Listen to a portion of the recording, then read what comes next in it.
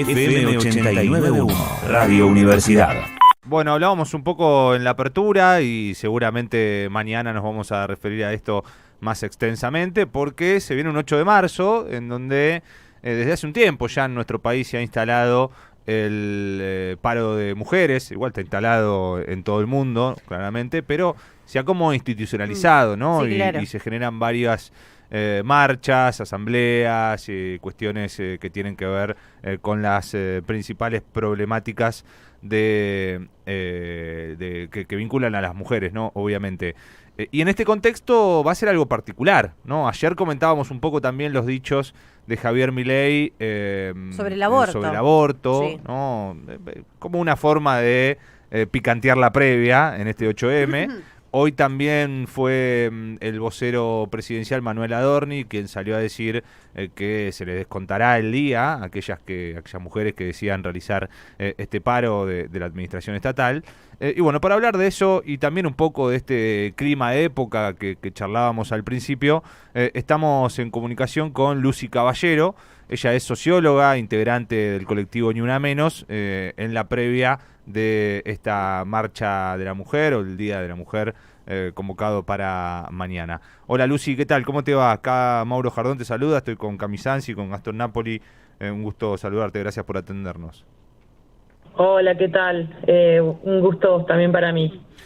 Bueno, Lucy, ¿cuál es el contexto que se vive en esta previa de un 8 de marzo particular por la situación actual, ¿no? Sobre todo con un gobierno que realmente parece despreciar algunas de las consignas o las banderas que ha sostenido el feminismo durante todo este último tiempo.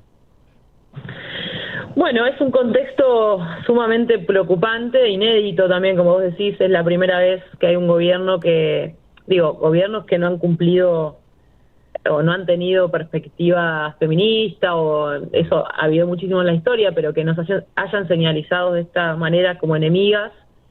Es inédito, es muy preocupante que se proliferen los discursos que proliferan desde el propio Estado, actitudes misóginas, pero además es inédito en dos sentidos más, ¿no? Por otro lado, por las políticas de ajuste y de ataque a las condiciones de vida de una amplia parte de la población, donde las mujeres además son las más afectadas, ¿no? Todo lo que es la no entrega de alimentos a los comedores, la baja indiscriminada de programas como el Potenciar Trabajo, los despidos en el Estado, la desregulación de los precios principales de la economía, que, bueno, una gran discusión que tuvimos de cara a la preparación del 8M, ¿no? El DNU del 20 de diciembre desreguló precios de prepagas, alimentos, alquileres. Quienes están sosteniendo la economía doméstica están haciendo malabares y muchas compañeras nos están diciendo que tienen que elegir entre comer o pagar el alquiler. Bueno, la velocidad del ajuste es inédita y la otra pata, digamos, es lo inédito, es la primera vez que vamos a marchar bajo la potencialidad de un protocolo represivo, ¿no? Esto es terrible. Entonces, bueno, estamos muy movilizadas, poniendo todas lo mejor de nosotras para que la jornada sea masiva y para dejar en claro que esto no se aguanta más, ¿no? Un gran basta. Luz, permíteme que me meta acá mi nombre, Lucy, buenas tardes, ¿cómo estás? No puedo evitar preguntarte sobre las declaraciones, ¿no?, de Javier Milei el día de ayer, haciendo referencia a la concepción que tiene él sobre el aborto en el medio de un colegio, ¿no?, con alumnos observándolo. Después la repercusión claramente que tuvieron, donde varias referentes de los colectivos feministas salieron a decir que con más razón, ¿no?, este 8 de marzo había que estar presente. Quiero saber cómo lo percibiste vos en el contexto completo, no vuelvo a repetirte, en un colegio, con jóvenes, escuchando este mensaje. La verdad es que el mensaje, digamos, lo que está haciendo el gobierno, digamos, es paradójico, ¿no? Porque el gobierno tiene ese discurso que es muy común en las derechas, en todo el mundo, esta idea de con mis hijos no te metas, ¿no?, con la idea de la ideología de género, y paradójicamente no para de emitir mensajes mensajes de crueldad hacia los chicos, ¿no? Eso también es muy preocupante, ¿no? la escena donde dice y donde nos señaliza como los pañuelos verdes asesinos, a los 2 minutos se desmaya un alumno y se burla del alumno que se desmayó, o sea, a niveles, una pedagogía de la deshumanización, de la crueldad, realmente muy preocupante para nuestros chicos que ya están siendo maltratados. Y esto es importante para la audiencia, que seguramente lo conoce, pero digo, los comedores escolares no están recibiendo alimentos, o sea, los chicos están siendo maltratados de distintas maneras. Entonces, por eso también, nosotras salimos por nosotras, pero también salimos por las infancias, por las adolescencias.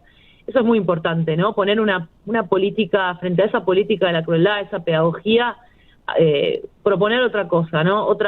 Una política basada en los cuidados, en la sensibilidad. Me parece que va a ser muy importante también la marcha en ese sentido. No solamente vamos contra las políticas de ajuste, sino vamos por otro modelo de sociedad, que nuestros pibes y pibas no pueden crecer en una Argentina donde abiertamente se señalice a los movimientos sociales, a los sindicalistas, a las feministas como enemigas, donde se burlen de una persona que tiene una discapacidad. Me parece que por eso también invitamos a todos y a todas, no es una marcha de mujeres, sí. Si bien obviamente que le damos visibilidad a un reclamo específico, me parece que estamos en una situación donde deberíamos movilizarnos en general como ciudadanas y ciudadanos. ¿Observás que está acrecentándose cada vez más la violencia contra la mujer? Sí, está subiendo la cifra de femicidios. Muchas compañeras que lo están midiendo de manera autónoma, ¿no? Por ejemplo, el observatorio, ahora que sí nos ven, ya nos muestra que hay más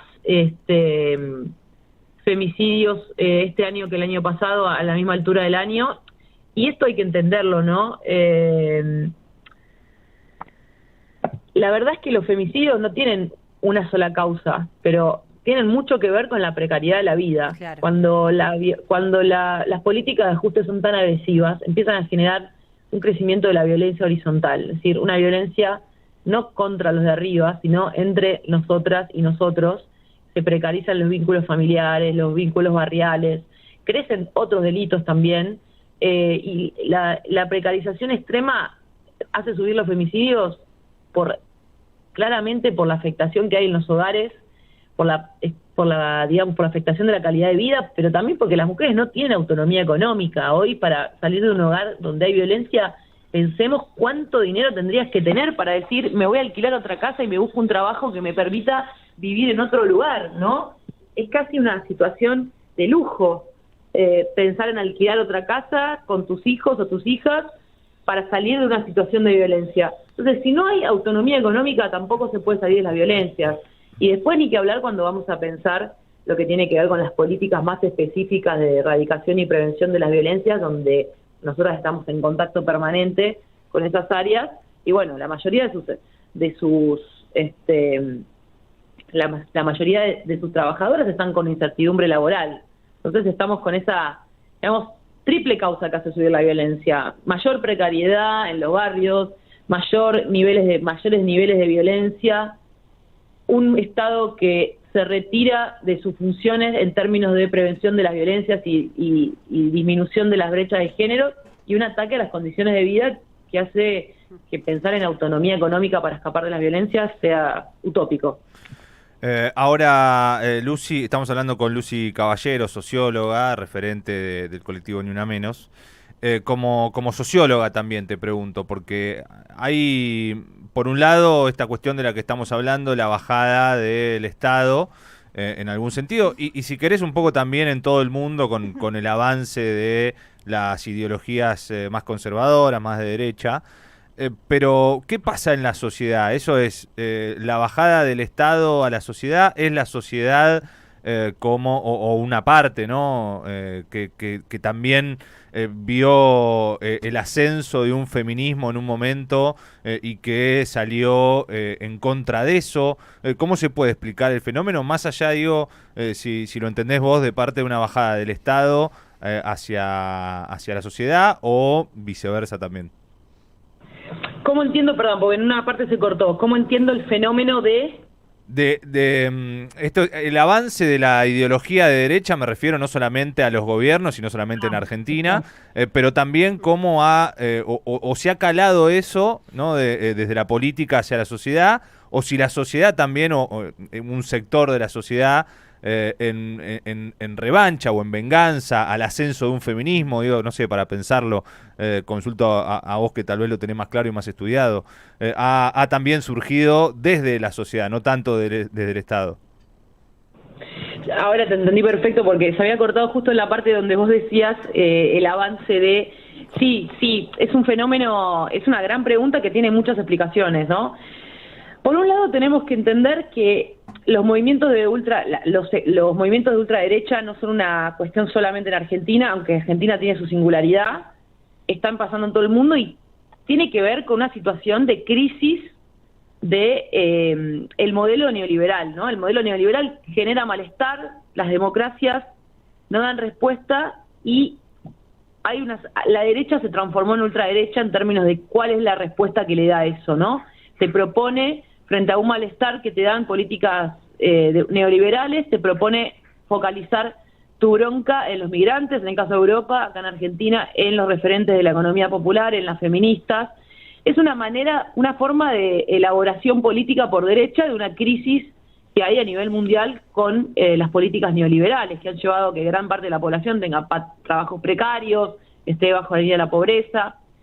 Eso es mundial. Por supuesto que también la ultraderecha reacciona a una fuerza de desestabilización del movimiento feminista en relación a estructuras de desigualdad que son muy profundas, ¿no? Que el movimiento feminista haya hecho un paro que se haya replicado en muchos países, puso en crisis determinadas cosas, ¿no? En muchos lugares se está discutiendo por qué el trabajo doméstico no es pago, por qué hay brechas de género en el ámbito laboral, y eso no es compatible con un modelo de producción y distribución de la riqueza que lo concentra en algunos monopolios, es decir, no tiene ninguna compatibilidad, como lo dijo muy claramente Milei en Davos, ¿no? El anarcocapitalismo no quiere saber nada ni con el feminismo ni con el ambientalismo.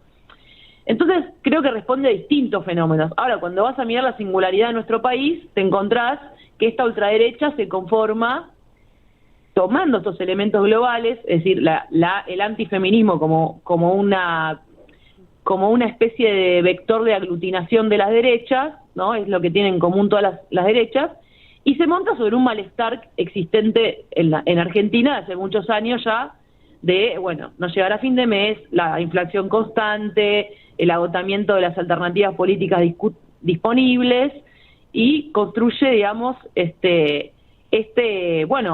combo discursivo donde hay, bueno, algunas prendas de sacrificio para sostener el consenso del ajuste, ¿no?